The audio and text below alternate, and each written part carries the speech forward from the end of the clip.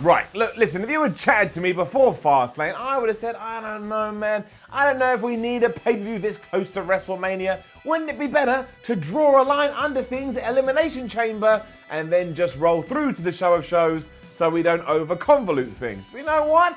I watched all this shenanigans last night on a Sunday evening / Monday morning, because over here in the UK time is crazy, and I thought it was a rollicking good time. I mean, it's not the best thing I've ever seen in my life, but not only did it begin with a sign that said Repo Man for the Hall of Fame 2019, which you should do, WWE, but it did help all the narratives for WrestleMania that happens in less than 4 weeks as I say these words, and it's got me quite excited. And as a human being, I enjoy being excited. My name is Simon Miller. This is WhatCulture Wrestling. You're watching Ups and Downs. We're getting good bits and up and the bad bits are down. And we're going to do that right now for WWE Fastlane.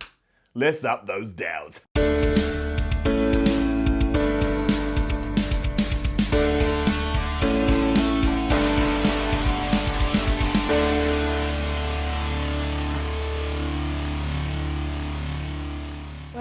Well, after taking the pre-show and running it into the ground at Survivor Series 2018, WWE kind of made amends here, because not only did it have one good match on it, but it also told a load of bits of the story, which were then paid off on the pay-per-view itself, meaning if you did watch it, you felt like you didn't waste your time. The headlines are that the New Day beat Rusev and Nakamura in a decent enough matchup, and that Samoa Joe went and signed an R-Truth petition that he was doing backstage because he wanted another shot at the US title and said, you know what, screw it, I'll also take on Andrade and Rey Mysterio. And that four-way was made for later in the evening rather than just a rushed, botched job on the damn pre-show. That McMahon's also told Kofi Kingston they wanted to see him in their office so they could discuss the WWE Championship match tonight.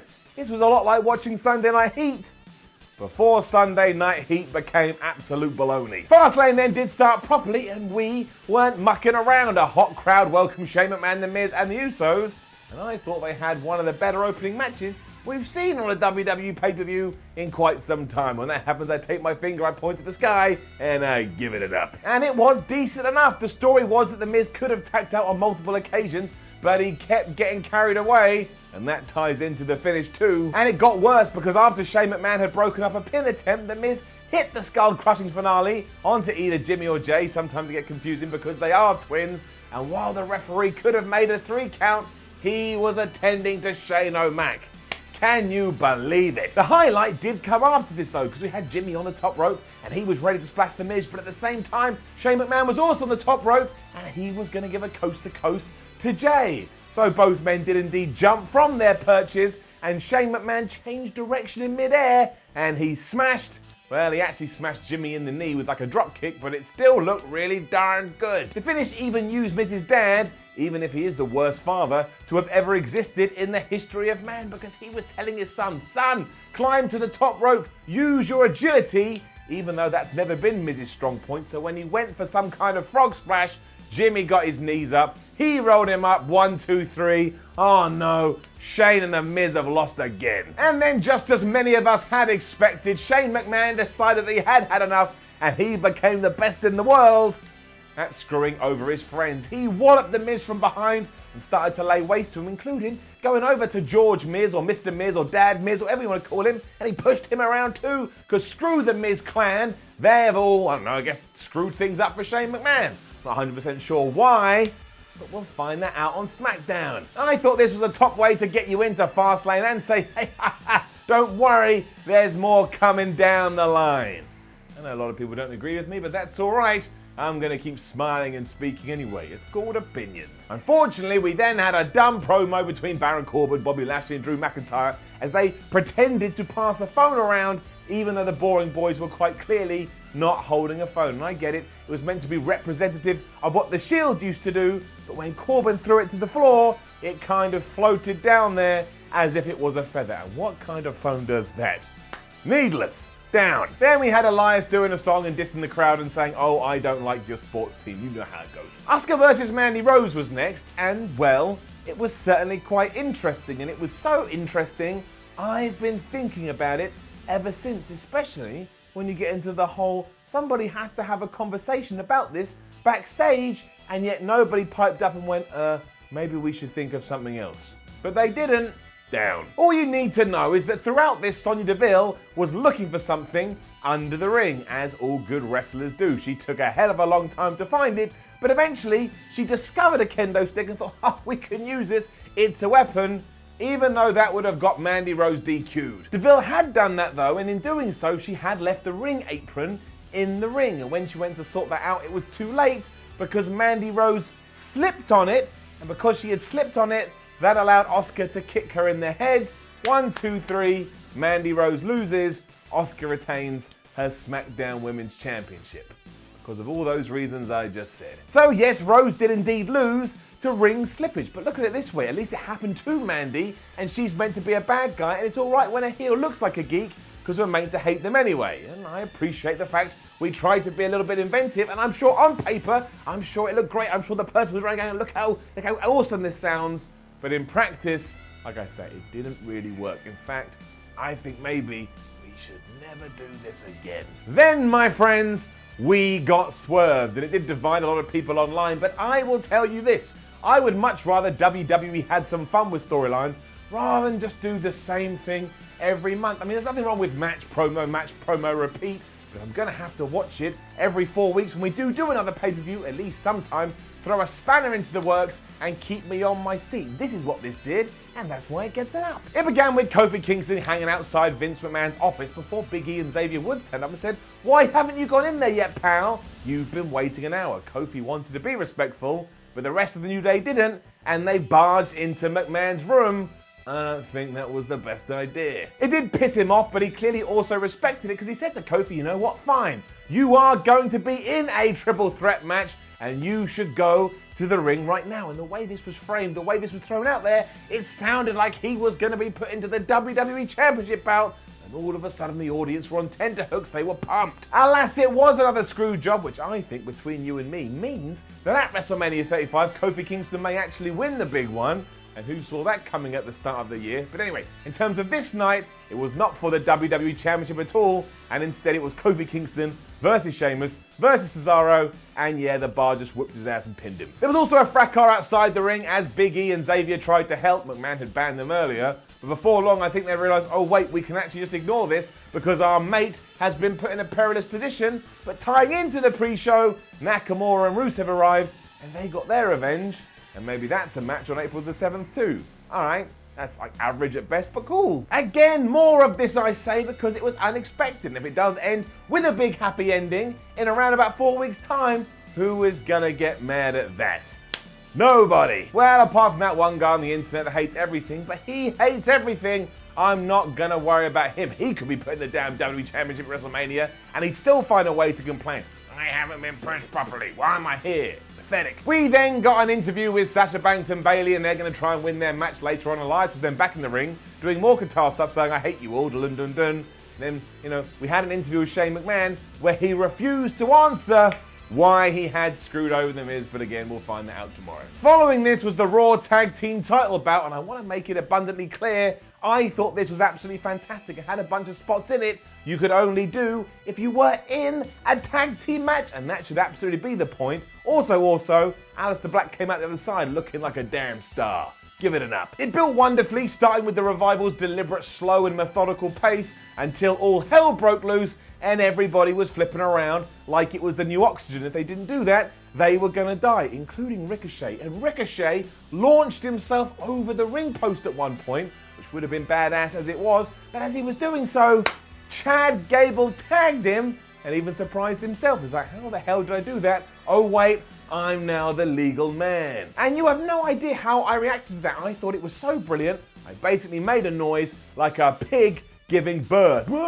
Fortunately, it was the wrong decision because it did cost Chad Gable. While he did have the momentum for a little while and he surprised the Revival, they reversed everything he did, including putting him in the Shatter Machine. 1, 2, 3, Dash and Dawson. They retained their titles. And this is one of those situations where I'm just going to say, go and watch it. You can sign up for the WWE Network and get a month trial or whatever you get. I think it's 3 months sometimes, I don't know.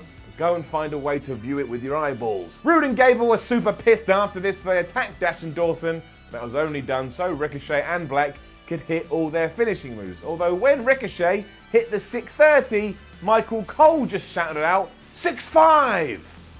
Okay, cheers. Match quality was the name of the game when it came to WWE Fastlane 2, because as soon as this was done, we were moving on for the four-way for the US Championship. And I doubly enjoyed this because not only was Samoa Joe that made the challenge, he then went and choked Rey Mysterio out to keep his belt. And as I stand here saying these words, he looks like a king among men. I bow to you, Samoa Joe. Tell me what bidding you'd like me to do. Give it an up. Not much to harp on about here because it was just loads of fun. Mysterio continues to lay claim to being one of the best damn wrestlers we've ever seen because he unleashed a double Hurricane Rana, and there was also dive after dive after dive after dive. But I appreciate that because given the match that it did follow, usually the agents would be like, look, you can't do a lot of what they did because the crowd doesn't want it. But the crowd absolutely did want it here, and somebody signed off on it, and lo and behold, it worked. There was no shenanigans either, as Samoa Joe just acted like a shark, and as soon as he had hunted Rey Mysterio down, he grabbed him and, like I say, choked him out with the Kikita clutch. And damn does he look good in that belt. And I can't wait until he loses it to John Cena at WrestleMania 35. And if you didn't pick up on it, that's me being sarcastic. I hope that Samoa Joe is the US Championship until the world no longer exists. Bayley and Sasha Banks then defended and retained their Women's Tag Team Championships against Tamina and Nia Jax. And it was fine. It was okay. It did the job. And in fact, the aftermath was far more interesting than the actual fight itself. We're not going to crap over something just because it was okay. It wasn't terrible, it wasn't atrocious, and therefore it could get an up. And yeah, Bayley pinned Nia Jax of all people after a Hurricane Rana pin. But let's just talk about the fallout. It started when Beth Phoenix, who was on commentary throughout this, got into Tamina's face and gave her a forearm. That kind of made my eyebrow raise a little bit. Because like, what are you doing, Beth Phoenix? You're meant to be an announcer. And then, of course, she got absolutely trolloped by Nia Jax. And that rubbed me the wrong way a little bit because throughout this, Jax was smiling. And aren't you meant to be mad, Nia, because you just lost your opportunity at the Tag Team Championships? Although that was made even more dumb when Natalya ran down trying to make the save of Beth Phoenix. But Natty, what were you going to do? You had Nia Jax and Tamina, who were two massive wrestlers. How on earth did you think this was going to go? Surprise, surprise, you got your ass handed to you too. Of course you did. I would guess this means Phoenix and Natty joined forces to have some kind of tag team match at WrestleMania. Look, that's a nice surprise. We didn't see it coming. Although I will admit, as soon as this was done, I forgot about it. It was a nice enough story, but what was not was everything that happened prior to the WWE Championship match. I mean, what the hell were you thinking, WWE? A blind man could have seen this coming down. As we got ready for Daniel Bryan versus Kevin Owens, it turned out that Vince McMahon hadn't been lying earlier in the evening, and this was indeed going to be a triple threat match. But was it Kofi taking up the third position? No, it was not. It was Mustaffa Ali. And while that is really cool, in your brain, the fans didn't want to see that at all. They booed Mustaffa Ali and then just continued to chant, "We want Kingston," throughout the entire thing. What? I could have told you this, and also, it's made Kevin Owens feel like an afterthought. Now, thankfully, he wasn't involved in the finish, because for a while I was worried he was going to lose. If this was all the plans we had, couldn't he have come back after WrestleMania and been a much bigger deal? Apparently not, and now I've got to cry myself to sleep every night, and I don't even have tear ducts. However, we then flip this on its head, because once you get through all the context and all the nonsense, it turns out this triple threat match was absolutely brilliant, and it was so good. That's right, I'm pulling it out of my pocket, I'm throwing it at the screen.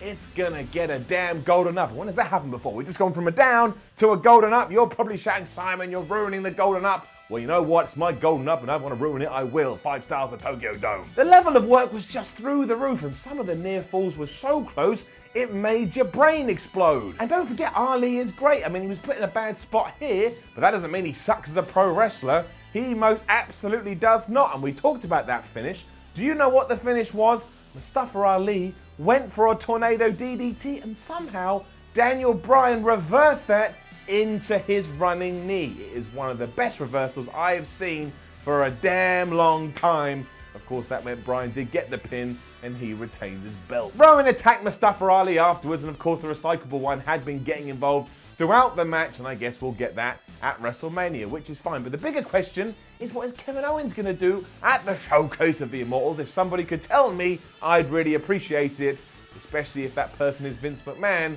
because then I'll know for sure. Even though he'll probably just change his mind again. I then get super smug because I rightly predicted exactly what was going to happen in the Charlotte versus Becky Lynch match. Smug asshole right here, you're allowed to hate me. And I know a lot of people hated this finish, and I kind of understand why you did.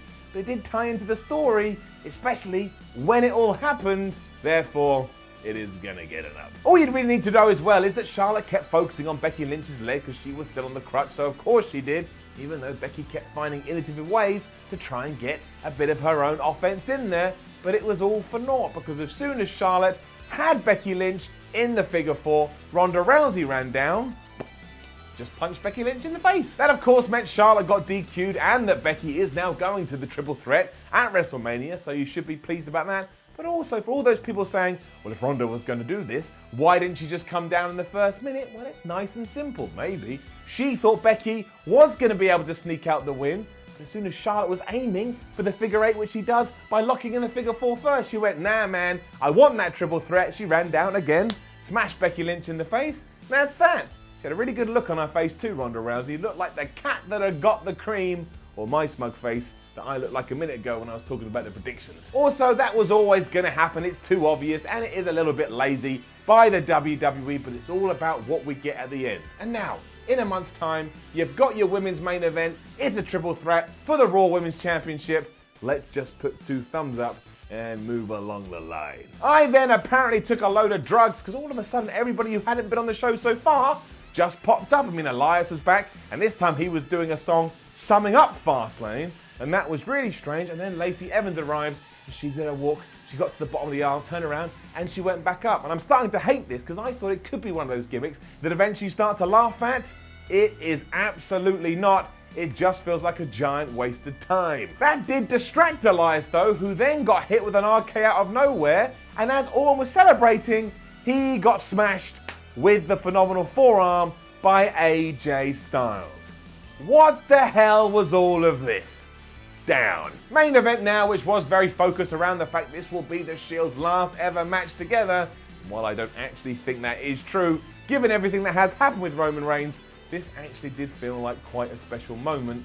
Got me all warm and fuzzy in the gut. It was also the most straightforward thing on the card, which was a bit weird because it was the last thing we'd seen. But whatever, it's gonna get an up. How could it get anything else? It went exactly as it should have done too. There was some cool shit in the ring. There was some even cooler shit outside the ring, especially when Seth Rollins dived on the balcony onto his opponents. But ultimately, it came down to Baron Corbin in the ring. He took the Shield powerbomb. 1, 2, 3. The Shield celebrated. And again, I felt like this is a heartwarming moment. I feel my heart warming. And when I realized it wasn't a heart attack, I could enjoy it all the more. Although there was one big question that was never answered. Where did Dean Ambrose get his Shield gear from? I thought he'd burnt that while he was sat on a car. They all hugged and did the Shield fist pose before the credits rolled.